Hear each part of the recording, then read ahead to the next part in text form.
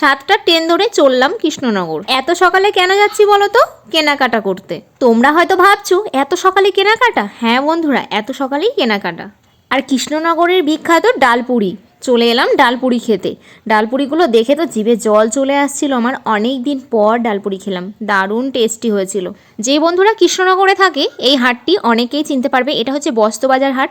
এটা হচ্ছে বেলাতে বন্ধ হয়ে যায়, সকাল থেকেই কেনাকাটা শুরু হয়ে যায় মানুষের। ননদের বাড়ি পুজো ছিল, তোমরা দেখেছো, ওই কারণেই কিছু কেনাকাটা ছিল ননদের। তো আমি ভাবলাম যে আমিও তাহলে চলে যাই ননদের সঙ্গে, কিছু কেনাকাটা করে আসি। এই হাটে কিন্তু সব রকম জিনিস পাওয়া যায়, বেনারসি শাড়ির থেকে শুরু করে ছেলেদের পাঞ্জাবির থেকে শুরু করে লেহেঙ্গার থেকে শুরু করে এমনকি A to Z জিনিস পাওয়া যায় এখানে। স্টেশন থেকে কিন্তু বেশি দূর না, 2 পা হাঁটলেই এই হাটে চলে আসবে।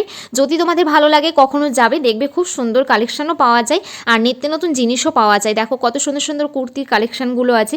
আমি যেহেতু শাড়ি কিনেছি তাই জন্য কুর্তিগুলো আর নিলাম না, শুধু একটু ভিডিওই বানিয়ে নিলাম। সত্যি কিন্তু খুব সুন্দর ছিল, যেহেতু শাড়ি কিনে নিয়েছি অনেক কটা, তো ওই কারণেই আর কুর্তিও একটাও নিলাম না।